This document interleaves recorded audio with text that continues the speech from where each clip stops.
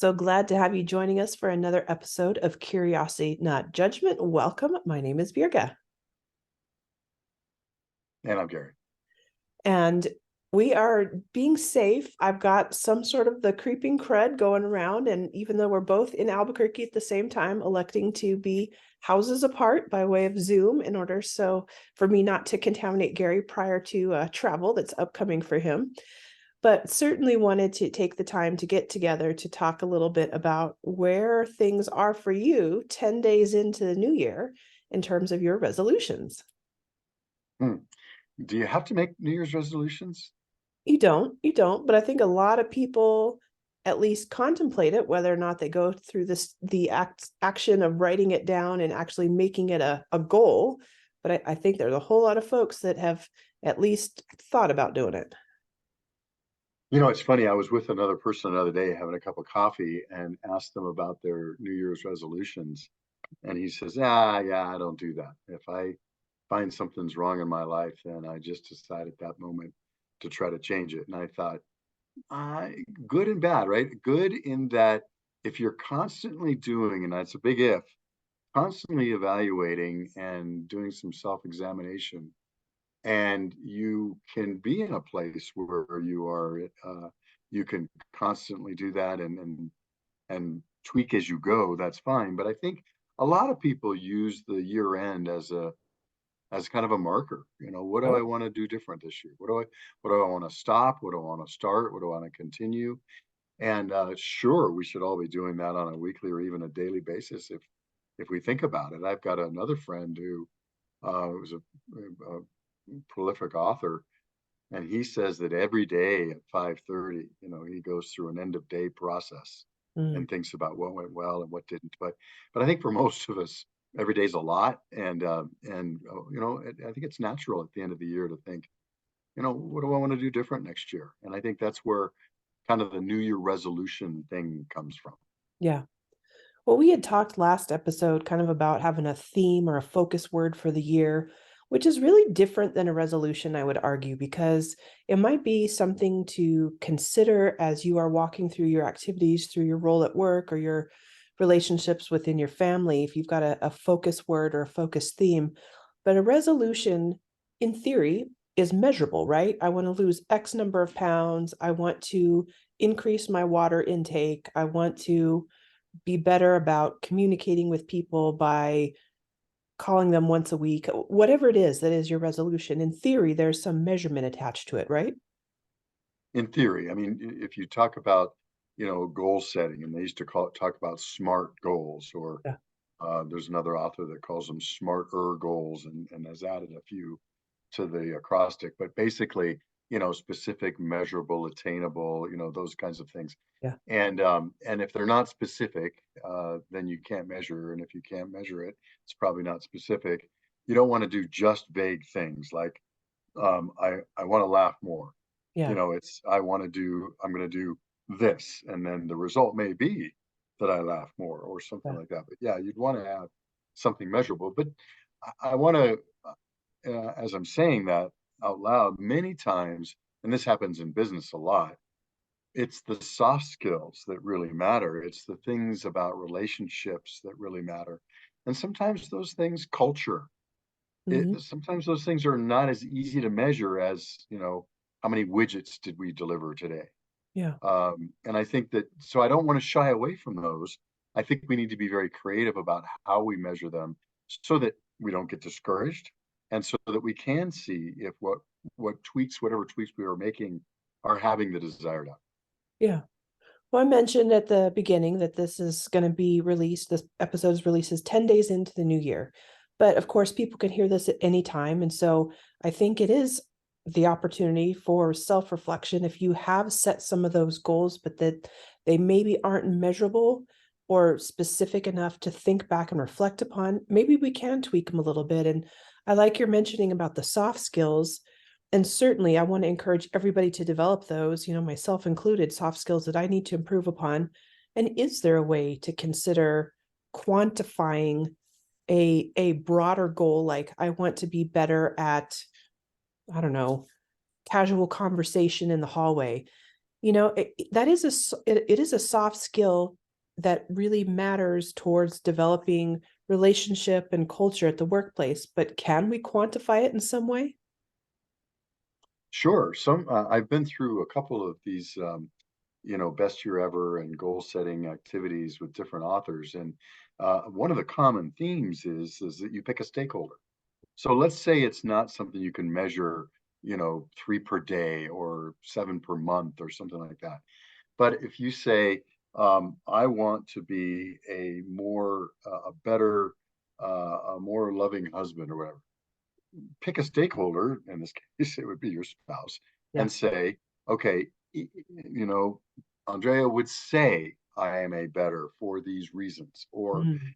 a stakeholder, if you casual conversation, pick somebody that you run into fairly frequently at work and say, okay, Sally, I'm gonna strive to be better at casual conversations because I do care deeply about the people around me. I'm Yeah. just either so focused or I'm an introvert or whatever. I don't generally get into casual conversations, and I think it hurts my relationships. And that's not my intent here. My intent is to have great relationships and that we all have fun here. So Yeah. I want to add to that. So Sally, would you just can I check in with you once a month and ask you how am I doing on casual conversations? Yeah. Well, so now you've added somebody else to our resolutions, right? So then is it more of an accountability issue when you bring somebody into your process? Because it's not just checking in with yourself. Have I had 3 healthy meals today or have I lost X number of pounds? It's okay, I'm going to tell this person where I stand on this goal. And I'm asking them for some honest feedback and some evaluation based on the goals that I've stated I want to meet. So Andrea and I do go through a goal setting process, and we try to hold each other accountable. And if I say it to Andrea, well, I'm living with this person, she'll know. Yeah. One of my resolutions this year is to give up coffee. Well, Wow. here we are, eight Big. days in, 10 days in, as you said, and I haven't had a cup of coffee yet. And I'm not sure. I'm not going to kill myself if I don't do this, but I wanted to kind of. That's one of my trial. I think it's okay to have trial goals, right? Trial resolutions. I'm going to see if it works out. But the thing is, it prompts me to do. I've in the past said, because I do yerba mate when I'm at home, but when I travel, you can't get yerba mate, and you Yeah. can't carry it around in a bag because it looks like other stuff and anything. So, but what I did this time was on the 28th of December, I ordered from Amazon a bag of yerba mate tea bags. And Okay. I'm going to slip a few of those in my suitcase when I travel now. Because whenever you're at a conference or I'm Yeah. speaking somewhere or whatever, there's always a coffee stand and it's got coffee and hot water. Yeah. And so I'll grab a cup of hot water and throw that tea bag in there and I'll try. But the point is, it's important if you're going to do it that you set yourself up for success. And Yeah. you alluded to one of the ways to do that is to have an accountability partner. Now, I would caution, and this is not my wisdom; it's the wisdom of the ages. But you only tell your goals to people who are going to support you and Yes. who are for you, Yes. because you can tell them to people who are not for you or on their own agenda, and they may dissuade you or even sabotage your goal, Yeah. right? You just want to tell people who are for you, and you Yeah. know who those people are. But those are the people, if you tell them, then you're going to be, even if you don't even ask them to be an accountability partner. If you, I've just told you and a lot of other people that I've given up coffee for 2024. Well, guess what? Next time I go to Starbucks with one of my other friends who may have heard this, I'm not going to order a cup of coffee, right? I didn't ask them to be an accountability partner, but my mere statement in front of people that are for me is gonna help me. Yeah. Well, I'm glad that you said that to me out loud because if I wouldn't have known, if you and Andrea are over for dinner and I offer you a cup of coffee, I don't want to be a stumbling block to you, so to speak, right? If you've got a goal that I'm unaware of. So I think it is important that within reason, tell those people that you're in close relationship what it is that you're trying to alter in your lifestyle.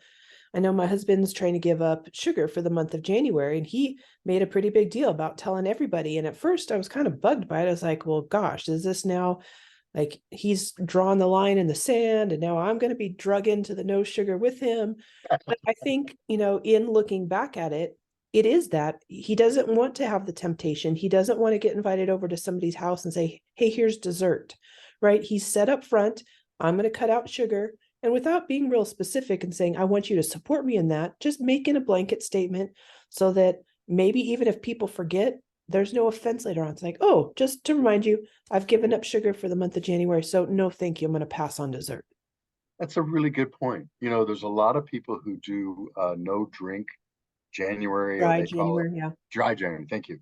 And that's another good point. You know what? If you tell people about that, next time you're at a party, nobody's going to shove a drink in your hand. And so I think that that's a really good point. That's a good thought.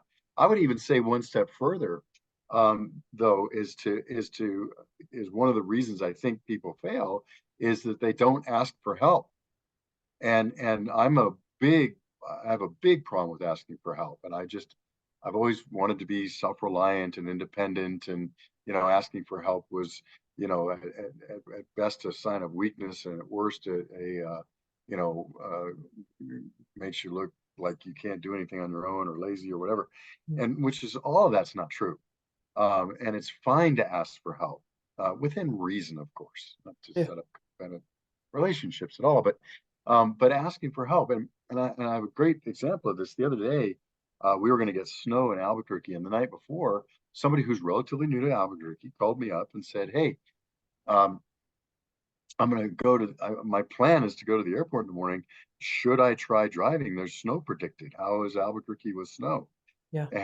And I said, "Well, you're right to think about other drivers, because he's from the Midwest. He knows snow." But I said, but here's the thing: Albuquerque predictions for snow often are overblown, Mm-hmm. and it's very local to certain parts of the city sometimes. And I said, in my experience, you might have more problem getting out of your driveway than you will on I-25 and to the airport road, because Right. they stay way ahead of that with starting to sand and cinder way before. And if the prediction is for a half an inch to an inch or less, well, then no worries whatsoever. Now, if they say it's going to be 4 inches or more, well, then that's the time to worry, and I would make other arrangements. But he reached out and asked for help, and I was so impressed with that. Yeah. Instead of because and I think for this person, that's a first reaction versus a last reaction. For Mm-hmm. me, it's a last reaction. If I can't get it done on my own, well, then I'll reach out for help. Yeah. But reaching out for help when you're in the ditch for a tow truck is much worse than asking out for help up front. And Before you so get into the I ditch. think Yeah. that's another thing we can all do is reach out, make a list of people who'd be willing to help you on one of your resolutions. Yeah. And I mean, this would take 30 seconds, and then ask somebody for help. Yeah. Well, and I like what you said earlier is also plan ahead. Yes, accountability partner is a great option, asking for help, but then that opportunity to really think ahead and plan ahead and to equip yourself for success. So in your case, you mentioned you made a physical purchase to get these tea bags so that when you go travel, you are equipped, you're ready to go. You don't have the extra temptation because you're not ready ahead of time. And so I think, whether it's cutting out desserts in January, whatever your goal might be, you have to be ready for those alternatives. If you know you need something a little sweet after a meal and fruit is in your plan, be prepared with fruit or think ahead. Is dried fruit okay? Is that too high of a sugar concentration? Just we have to do sometimes some of the legwork of thinking through what it's going to take to lead us towards success, because oftentimes the goals, as we stated, are undefined or they're maybe real loose parameters, they're not measurable, and so we need some of those practicalities to help us achieve success. That's really good. And I would say, in addition to that, don't set unrealistic goals. Don't set goals that are just so outrageous. Let's say you eat, 2 bags of cookies every day, and you say, okay, as of January 1st, no more cookies. What if let's just say in the overall scheme of things, I was being pedantic to make a point. Let's say you ate a sleeve of Oreos every day, not 2 bags of cookies, but a sleeve of Oreos every day. So instead of saying stop, say, look, 6 days a week, no Oreos. On the seventh day, I'm going to do half a sleeve of Oreos as a reward to myself for not doing it the other 6. Yeah, For something like that, is half a sleeve of Oreos better than 7 sleeves of Oreos a week and over a absolutely. year? Is that a good positive impact? Absolutely, it is. Yeah, So I think it's okay to say, or some people say, I'm going to work out every day of 2024. How about 3 times a week? yeah. Let's start with something that's achievable. My wife and I started talking about, my son talked to me about this diet over the holidays called the Whole30 diet. Uh-huh. And you go to just Whole Foods or whatever. Well, I was looking at my travel schedule, and I'm going to pick 30 days when I'm not in the middle of extensive travel, because travel just makes it really hard to do this whole food diet, as I understand. I haven't done the research yet.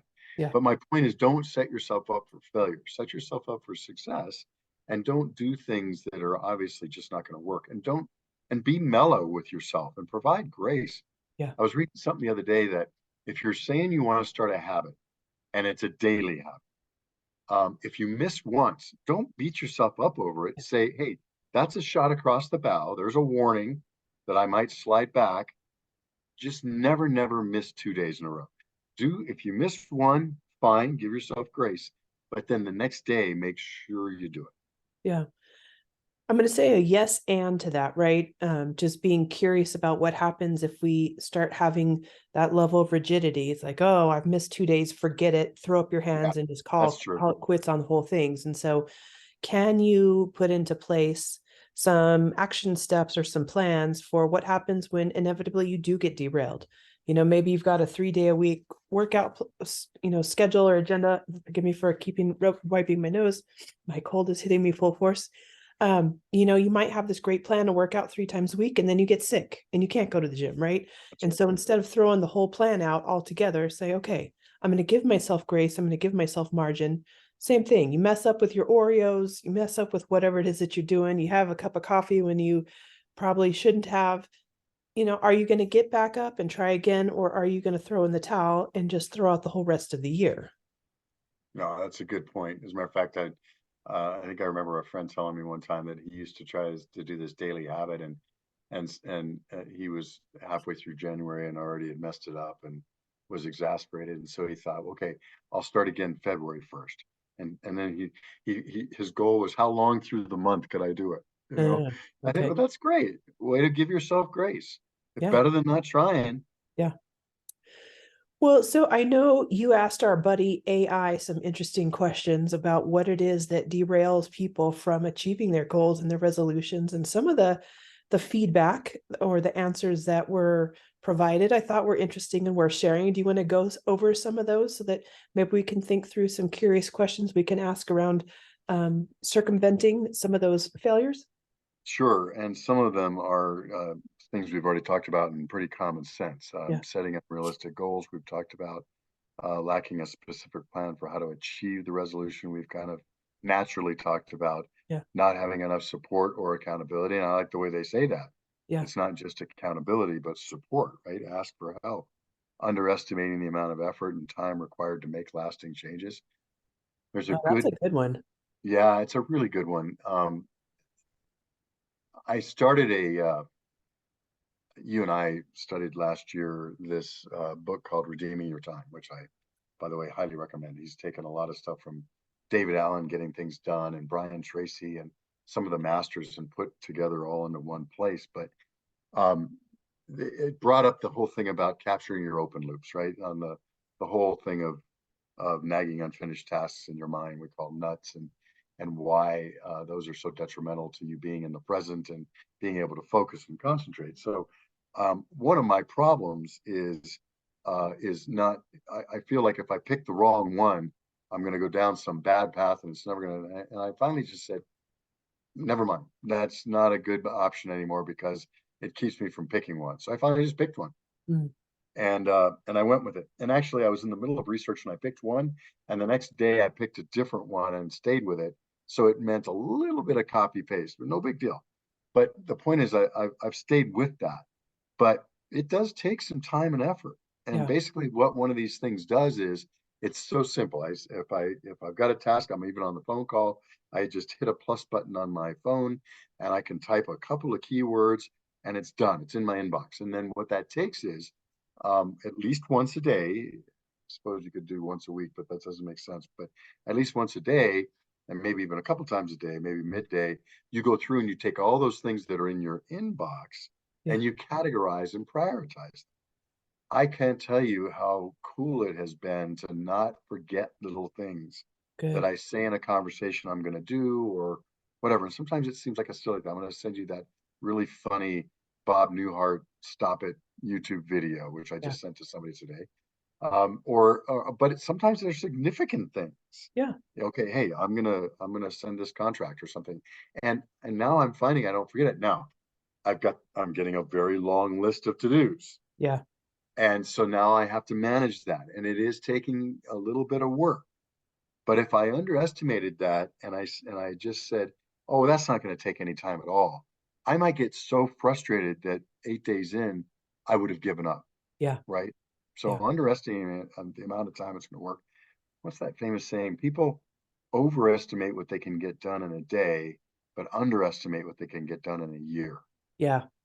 And I Yeah. really like that because I have these long to-do lists every day and a lot of things I want to accomplish. And boy, I've got things sorted into things I can do at home if I've got 5 minutes, if I've got 10 minutes, if I've got 20 minutes, Yeah. so I can fill my gaps and be productive.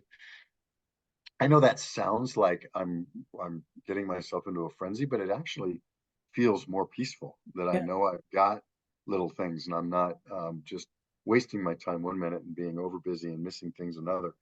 But I really like that the way it says that, underestimating the amount of effort and time required to make lasting changes. Because if you do that, you're going to get frustrated. Yeah. Well, maybe let's wrap up with asking a few curious questions around resolutions. And, if we are finding ourselves discouraged here at the 10-day mark or feeling like, well, I didn't even really set any because I always, you know, get derailed every single year. Let's talk about some of those things that we might question in order to set ourselves up for success. So we talked about the first one, which is really consider who you might bring in as an accountability partner. Is there someone that you can have walk through this process with you? Right. And then we talked about, is it measurable? Is there something that you can do, even if it's a soft skill that you're trying to develop? Is there some way in which you can add a measurement to this process so that you've got to check in with somebody or you're bouncing some ideas off of somebody else in terms of, hey, how's this looking to you? I want to get some feedback about, am I really progressing in this area the way that I had hoped to? And then, I think one of the other ones that we talked about was, have I set myself up for success in terms of tools? So you mentioned even just things from, buying your tea bags or in this case, a particular software that will help you get some of those open or those loops stop playing in your mind and get them onto paper so that you can eventually close those out. And what are some of those other questions that we could go through? Um, do I have a support system? Have I estimated the effort it's going to take Yeah. properly to do it? Um, who could help me on this journey? Yeah. Who can I ask for help? Just stating our goals broadly to people who are supporting us and who will be for us and who will help us, even if you don't ask them to be an accountability partner, telling people about it, you'll hold yourself more accountable. Yeah, I love it. I think those are excellent questions. And so I certainly hope those of you watching or listening are not feeling discouraged today with any of the goals that you may have set. And if you find yourself on a little bit of the negative side, maybe there's some questions that you can begin to ask yourself to prop yourself back up and to get moving forward again. So Gary, as always, great and stimulating conversation. I'm very glad we made the decision not to get together in person. I feel like I would have diseased you, but thanks for letting us do it by Zoom, and I'll wish you safe travels until we meet again. All right. We'll see you guys next week. Take care. All right. And as always, if you've got any feedback, questions, comments, you're welcome to go visit the website, curiositynotjudgment.com, and we'll see you guys next time.